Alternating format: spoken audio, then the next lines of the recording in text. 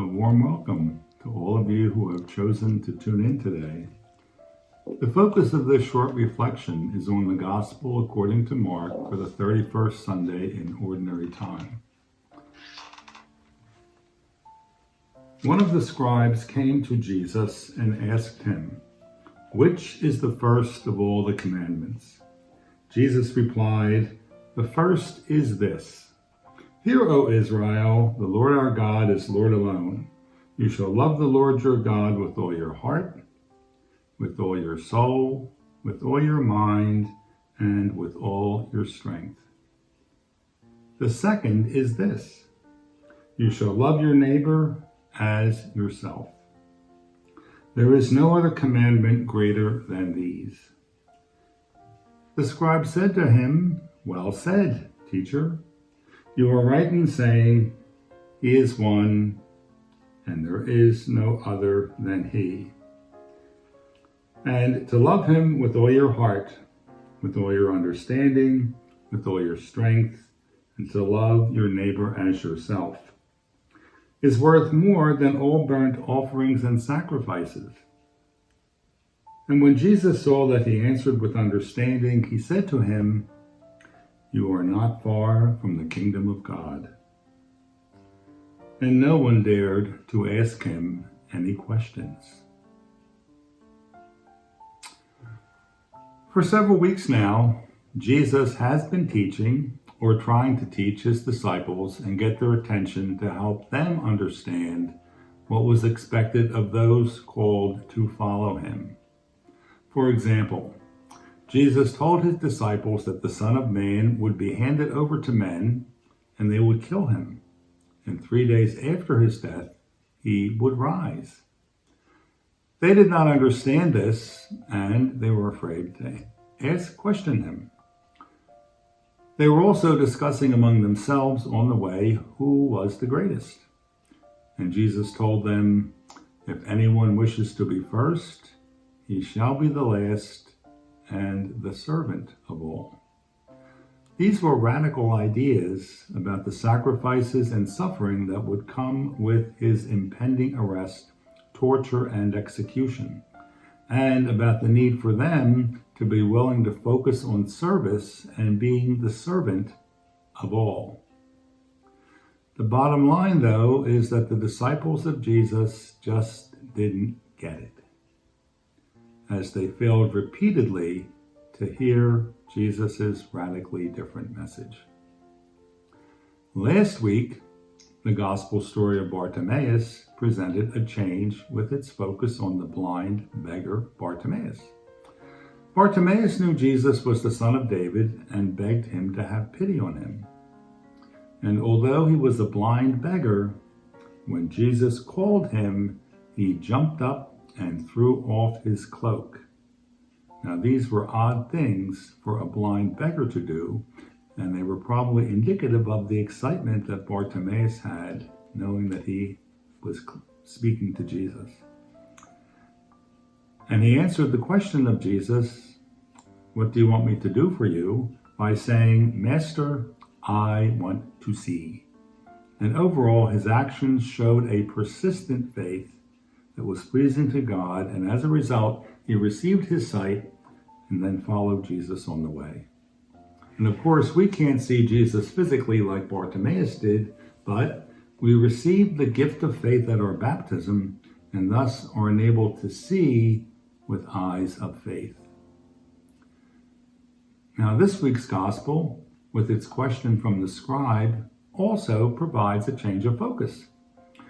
It may be a shorter gospel than most, but it includes a really loaded question, which is the first of all the commandments? This question requires a lot of thought to answer. The key difference here from other questions posed to Jesus by the Jewish authorities is that it was not meant to trap Jesus, and it was not confrontational.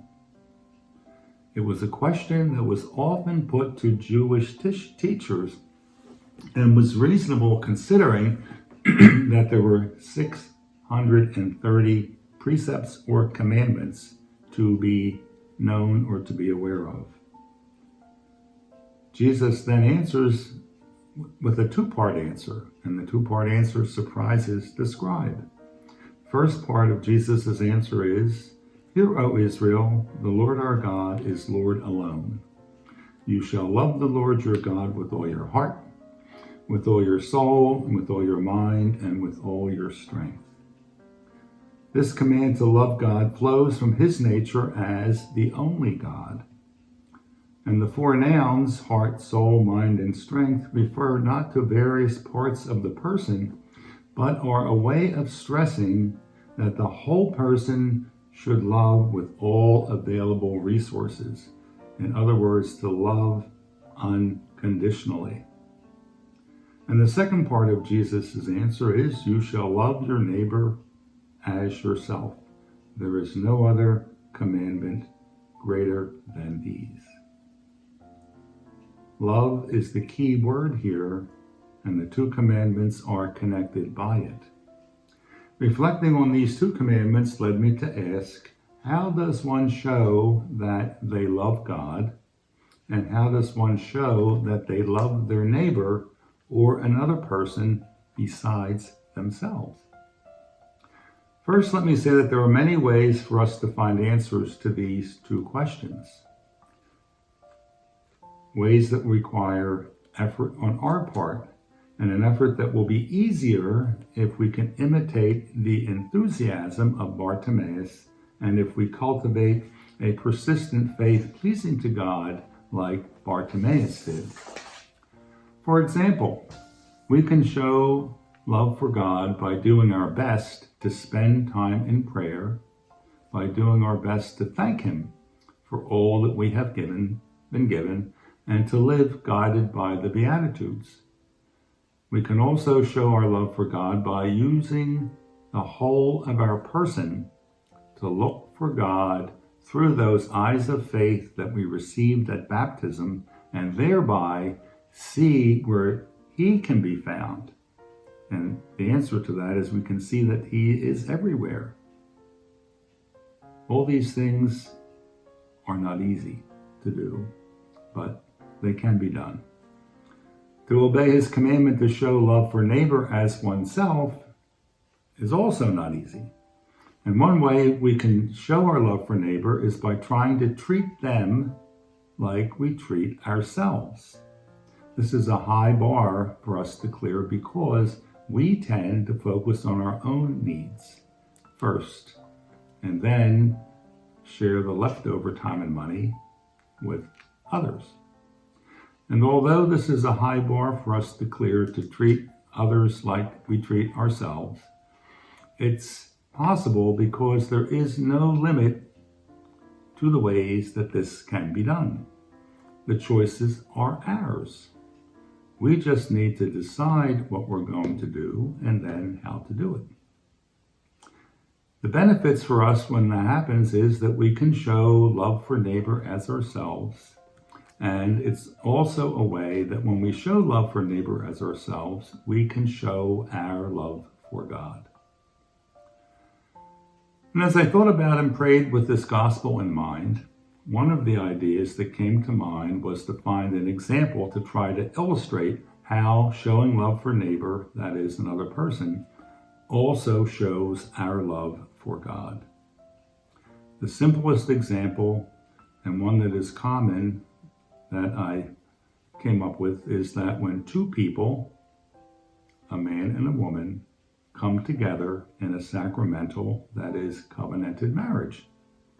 And this is when they come to church, and in the presence of God and in the presence of a priest or a deacon, they answer, "I do," and pledge to love the other for better or worse, for richer or poorer, in good times and in bad, in sickness and in health, till death do they part.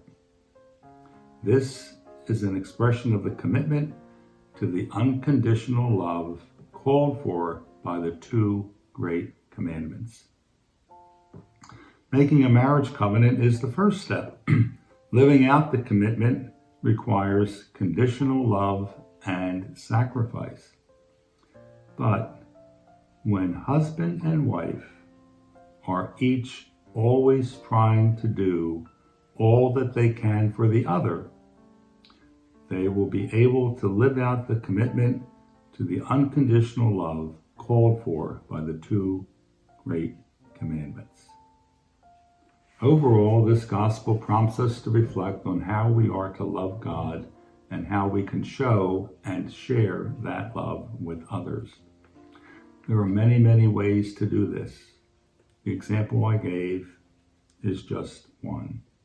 I suggest that we find a quiet place, take some time in prayer, and think about how to live out the commitment to the unconditional love called for by the two great commandments. May God bless each one of our efforts because they truly will be pleasing to Him.